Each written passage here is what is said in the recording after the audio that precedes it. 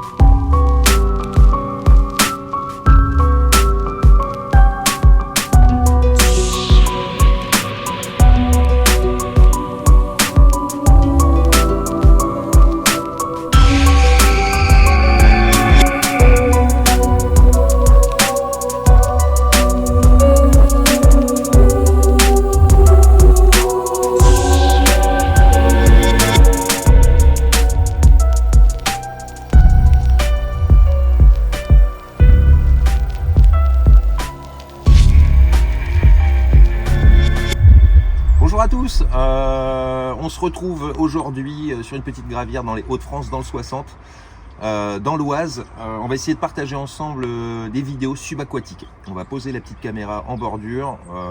Les conditions climatiques sont assez particulières parce que chez nous, normalement, à cette période-là, l'année dernière, on était sur des températures à -5, -4, ressenti -8, -10. Là, cette année, c'est pas du tout ça. On est plus sur 12 degrés avec des températures le matin à 6, 13 la journée avec un taux hydrométrique à 75%. Voilà, en Picardie, on a connu mieux. Les poissons ont l'air d'être là. On va essayer d'en piéger un ou deux. Affaire à suivre.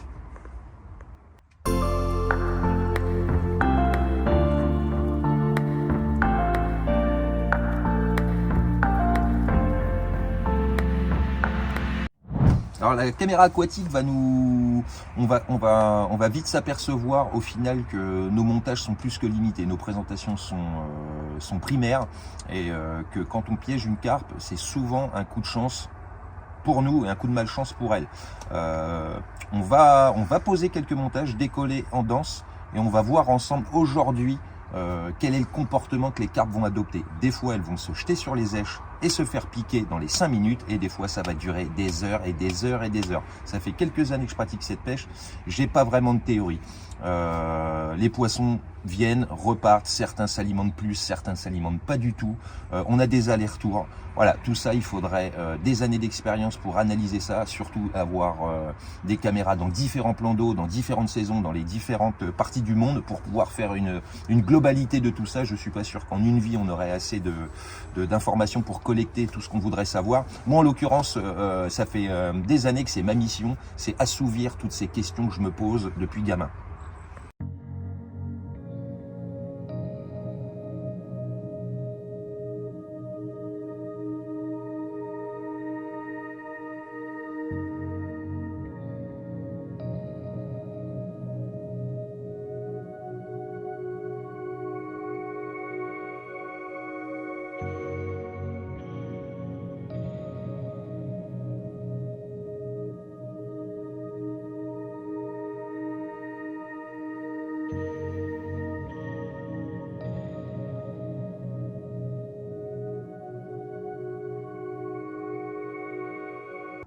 Alors du coup, petite présentation de lèche. On va rester sur quelque chose de jaune, comme on l'a dit précédemment. On aura notre petit hameçon en 4. Moi, je place toujours en extrême bordure, parce que l'eau est claire et les poissons sont très méfiants, un petit lit de corps que je viens glisser tout autour de ma hampe pour éviter que les barbillons soient en contact du métal. Pour moi, c'est très important. Les poissons, les vieux poissons sont assez tatillons avec le goût du métal. Et je vous invite à poser un morceau sur votre langue. Vous verrez le résultat. Les poissons, c'est encore pire. Donc moi, je protège. J'enlève le plomb et je viens poser un petit lit de corps tout autour de ma hampe. Voilà, le petit kicker, la petite olivette de chez McDo qui va bien. Et en général, j'utilise à 95% du temps des montages hélicoptères. Voilà, montage vaseux 360, chacun l'appellera comme il voudra, avec un plomb de 140 grammes pour l'autoferrage, très important. Voilà ce qu'on peut dire là-dessus. Je vais vite me dépêcher pour aller reposer cette canne.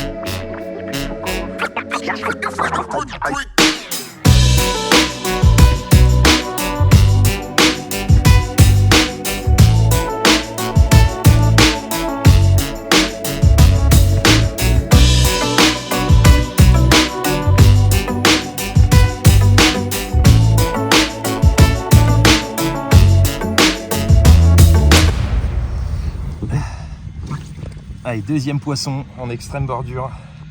Sous ce soleil d'hiver, on se croirait au printemps. Les oiseaux chantent, c'est incroyable. On est le 15 décembre, c'est fou. L'eau n'est même pas froide. Enfin voilà, je suis content. Deuxième poisson d'extrême bordure. On n'a pas eu le temps de filmer. Des fois, voilà, ça a été trop vite. Avec le copain Pierrot, on aura bien rigolé. De beaux poissons. À très bientôt. Merci à vous en tout cas.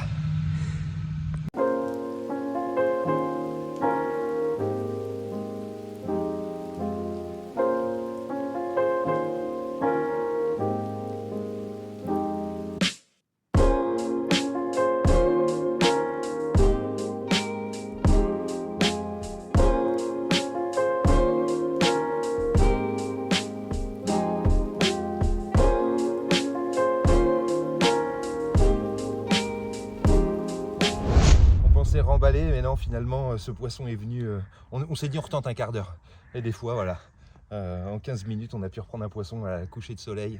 Je suis super content, l'eau est un petit peu plus fraîche là du coup, donc voilà, je sais pas si on va peut-être retenter 10 minutes, mais non, je pense qu'on va remballer, on va voir.